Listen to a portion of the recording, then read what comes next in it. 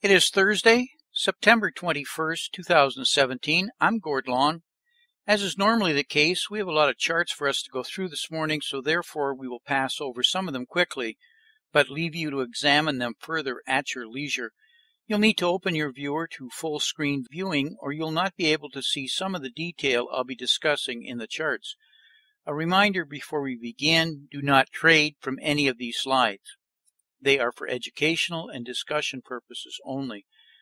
The purpose of the audio is to discuss key developments in those areas that are not specifically updated in this month's macro online updates.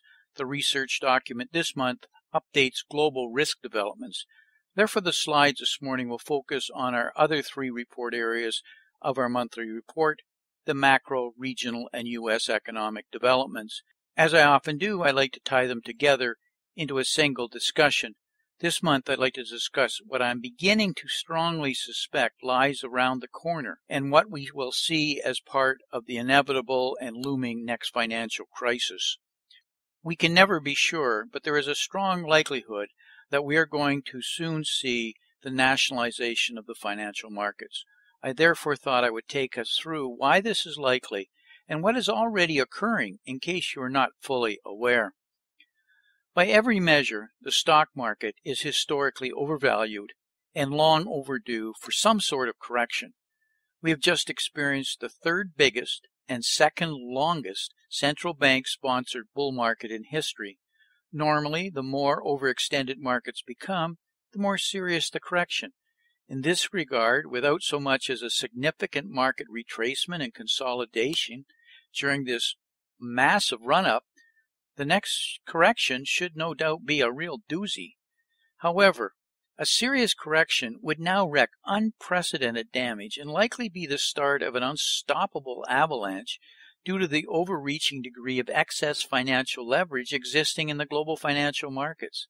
The central bankers are no doubt acutely aware of this, and as such, this was the prime responsibility, in my opinion, of Federal Reserve co-chair Stanley Fischer being brought in and was assigned the responsibility to prepare the Federal Reserve and likely coordinate other central banks' planning efforts for this possible inevitability. He was put in charge of market stability by the Federal Reserve. We've heard very little from him.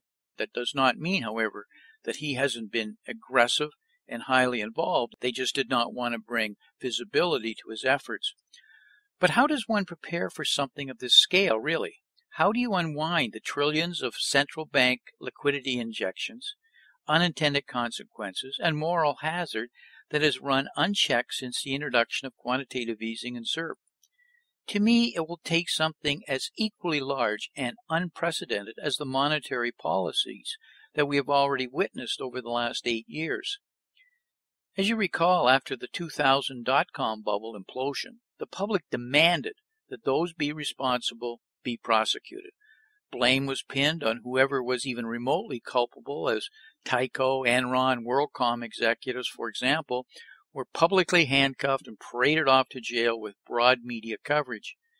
After the 2008 crisis, AIG, the too big to fail banks, Fannie and Freddie Mac, were brought to kneel through massive new regulations such as Dodd-Frank. In the 2000 debacle, those hurt were investors and institutions participating in the market speculation. However, during the 2008 financial crisis, the public picked up the bill through government-sponsored bailouts. Those directly impacted by mortgage fraud were made whole as best as could be managed. The political pressures to appease and make whole those impacted was immense.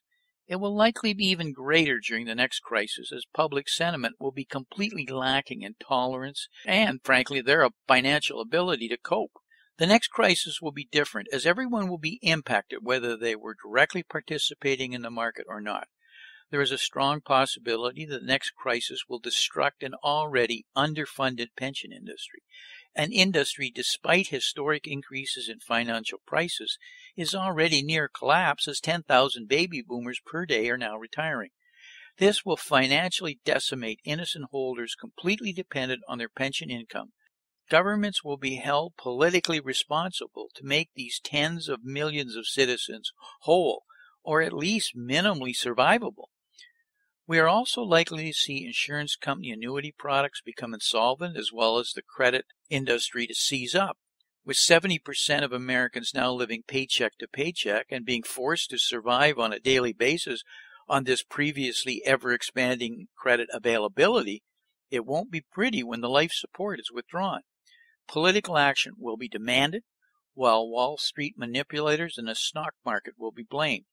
The public will expect an already heavily regulated stock market to be even more controlled so that this will never happen again. Expect bills such as the Market Stability Act, or whatever nice name can be dreamed up, to come forward, which will effectively nationalize the stock market via government asset guarantees and stock purchases. The central bankers are well aware this is going to be unavoidable. They have already been preparing us for this sort of future possibility. Reuters' trial balloon from last September indicated that the ECB, quote, may be forced to buy stocks, while ABN AMRO indicated in September 2016 that, and I quote, any ECB scheme to buy back stocks could total 200 billion euros. In Euroland today, investors are wondering when the ECB is going to start crossing this frontier and step into equity as a means to circumvent the unwelcome scarcity of government bonds and the ownership limitations. Will this be the main policy tool of the last resort in the next crisis or crash? Fed Chairperson Janet Yellen additionally raised the issue in September 2016 before the House Financial Services Committee, and I quote, well, the Federal Reserve is not permitted to purchase equities. We can only purchase U.S. Treasuries and agency securities. I did mention in a speech in Jackson Hole, though, where I discussed longer-term issues, whatever longer-term issues are, I might add, and difficulties we could have in providing adequate monetary policy. A combination may be somewhere in the future down the line that this is the kind of thing that Congress might consider. But if you were to do so, it is not something that the Federal Reserve is asking for now. End of quote.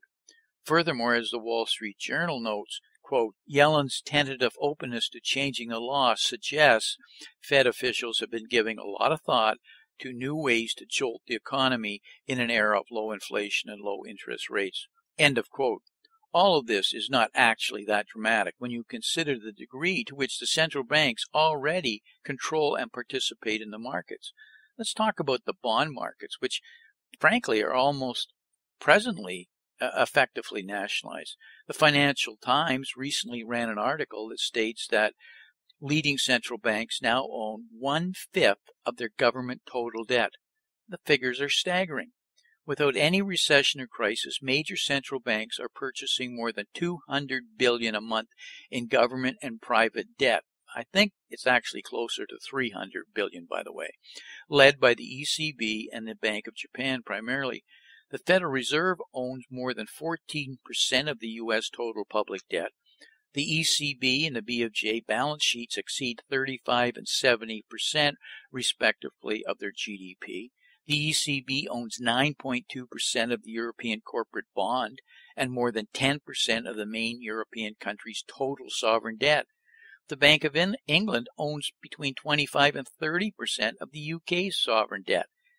These are not functioning markets when the government is this dominant. They are effectively controlling it, and as we well know, the interest rates that go with it that are now globally outside the United States in a negative interest rate environment.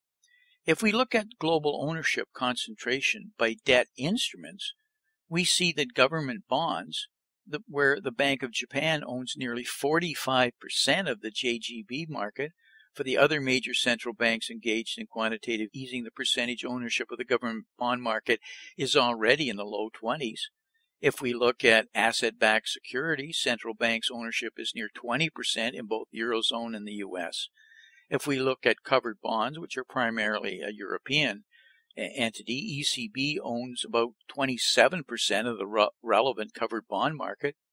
And if we look at investment grade, that is corporate bonds that are investment grade, Bank of Japan, with a relatively less developed corporate bond market, the Bank of Japan has amassed roughly 13.5% of the market.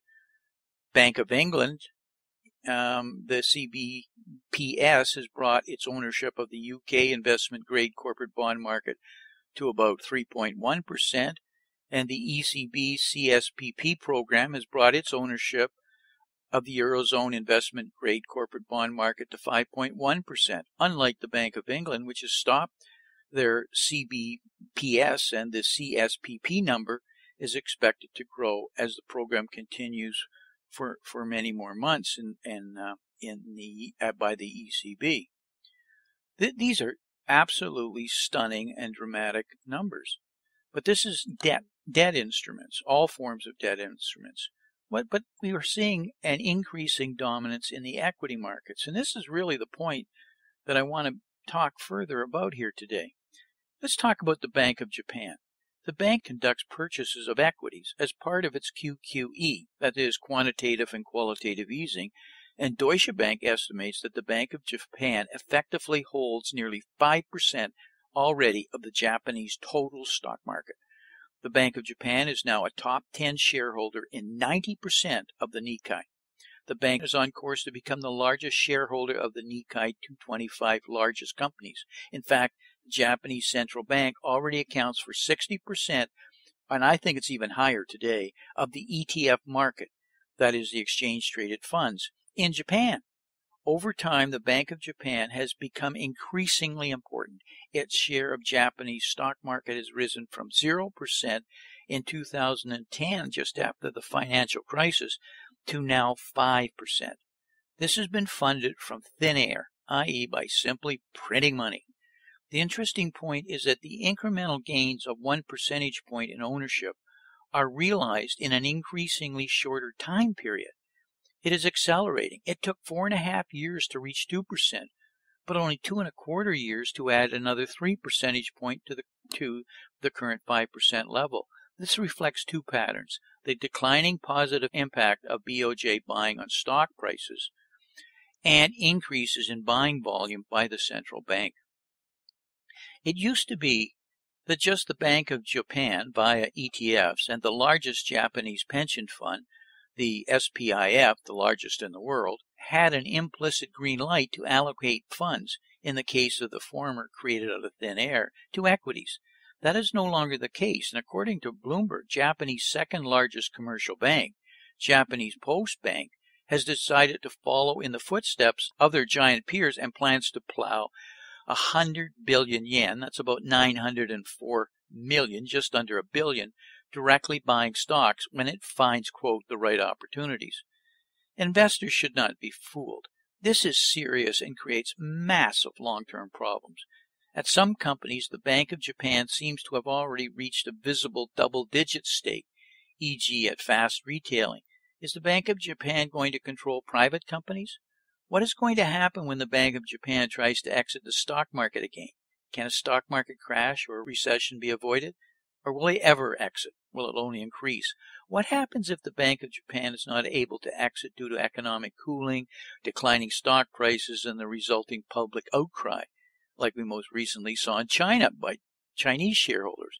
If one extrapolates the recent gains in ownership to the future and does not assume another decay of positive impact on stocks or any further increases of volume, it will take only 13 years, and the Bank of Japan owns 1/4 of the Japanese stock market.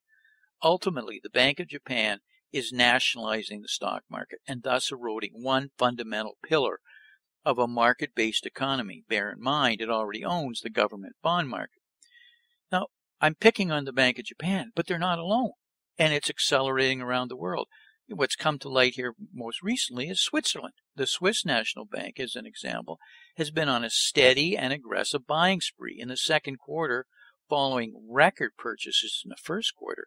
The central bank boosted its total equity holdings to an all-time high of 84.3 billion, up 5% or 4.1 billion from the 8.4 billion at the end of the first quarter.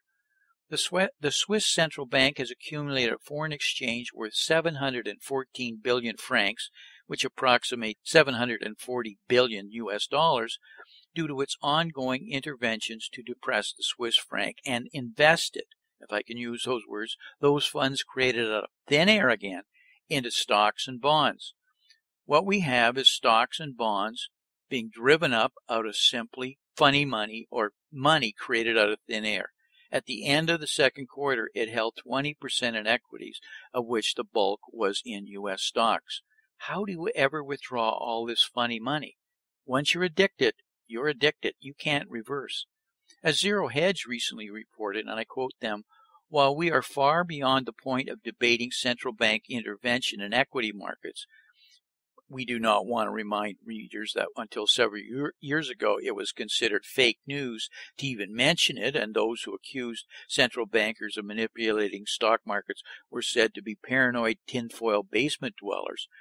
And then they go on, "We want to point out that unlike the Bank of Japan, which at least keeps its capital market distortion local, the Swiss National Bank, which likewise creates money out of thin air, then sells it for dollars in an attempt to keep the Swiss franc depressed, is actively causing substantial price distortions in the U.S. While we doubt this will be investigated with stocks that are at an all-time high, we look forward to congressional hearings after the crash when the scapegoating and finger-pointing begins and everyone is stunned to learn that central bankers were responsible for blowing the biggest asset bubble the world has ever seen by directly buying stocks." End of quote from the Zero Hedge. It wasn't just that the Swiss National Bank has bought this amount of U.S. stocks, but it has been targeted specifically at stocks carrying the indexes and ETF higher. That is the FANGs, Facebook, Amazon, Netflix, Google, as well as Apple's and Microsoft. They have effectively not only followed the money printing, they're the ones creating the money printing.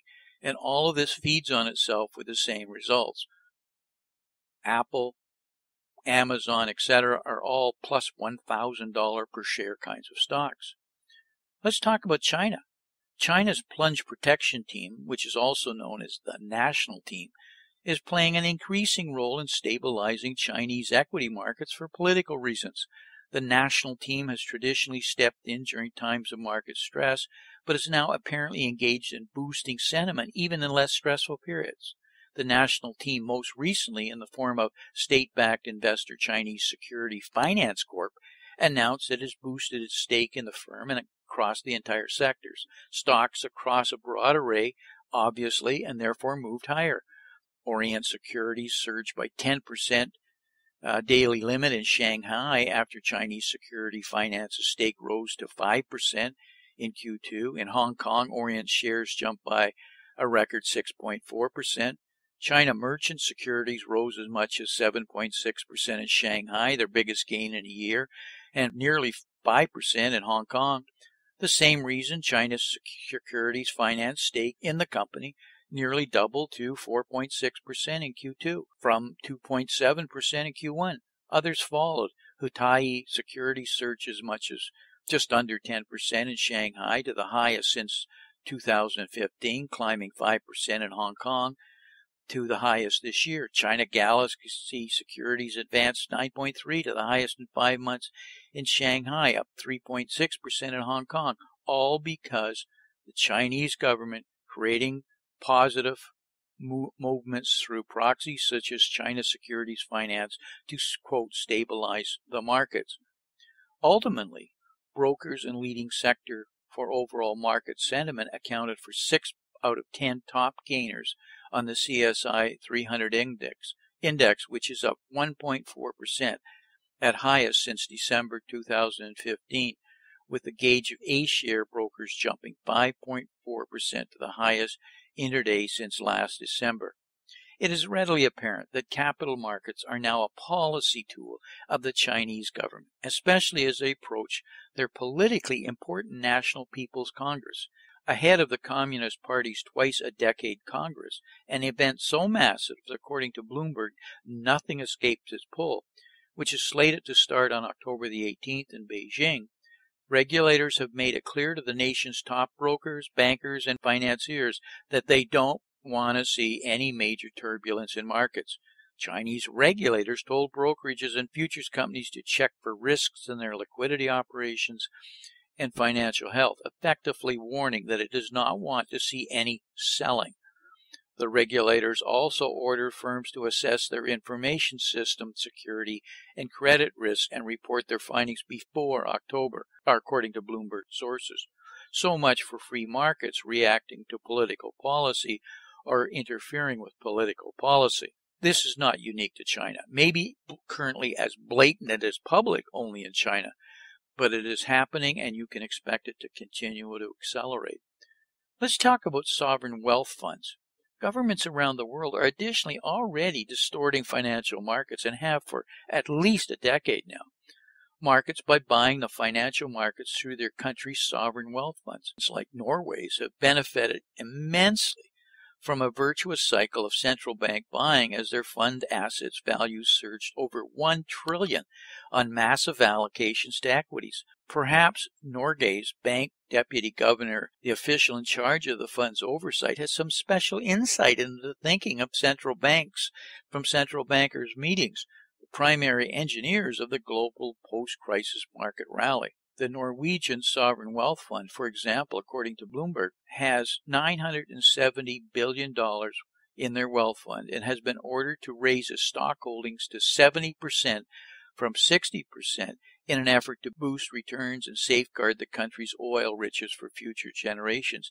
Any short-term view on growing risk will play little part, according to the fund's deputy chief executive. According to data cited also by Bloomberg, the fund held 65.1% in stocks, 32.4% in bonds, and 2.5% in properties during the second quarter. Its mandate is now to keep about 70% in stocks, 30% in bonds, with about 7% in real estate that now operate from the main portfolio. It's getting to be very difficult to determine where government ends and private investing begins. And certainly there's huge political motivations behind any of the investments.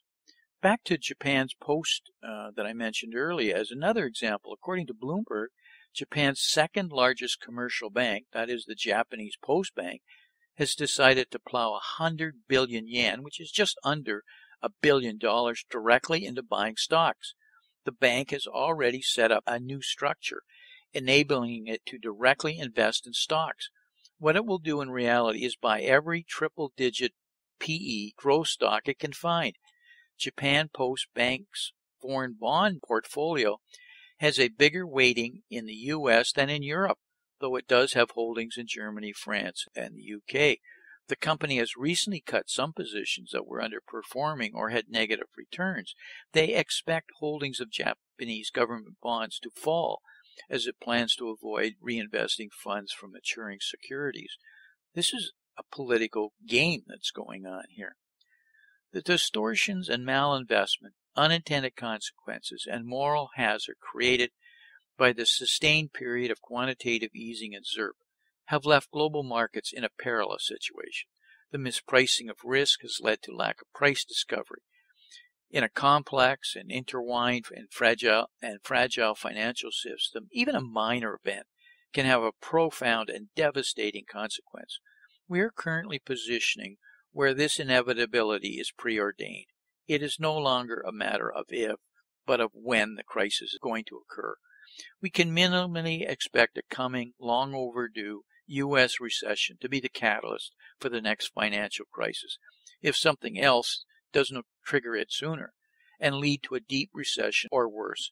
If this isn't the case, then a looming underfunded pension and entitlement liabilities crisis in the U.S., and for that matter other developed economies, will ensure the inevitable.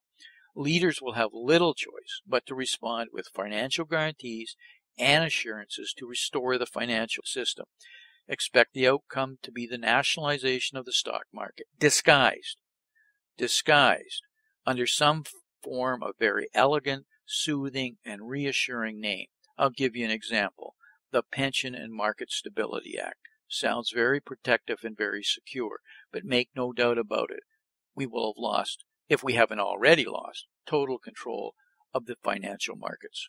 In closing, as I always do, remember, the answer in the short term will be to print more money. It's the only answers politicians will ever agree on. Invest according. They will keep doing it until no one trusts it or wants it. I'd like to take a moment as a reminder, do not trade from any of these slides. They are for educational and discussion purposes only. As negative as these comments often are, there has seldom been a better time actually for investing. However, it requires careful analysis and not following what has traditionally been the true and tried approaches. Do your reading and make sure you have a knowledgeable and well-informed financial advisor. So until we talk again, may 2017 turn out to be an outstanding investment year for you and your family. Thank you for listening.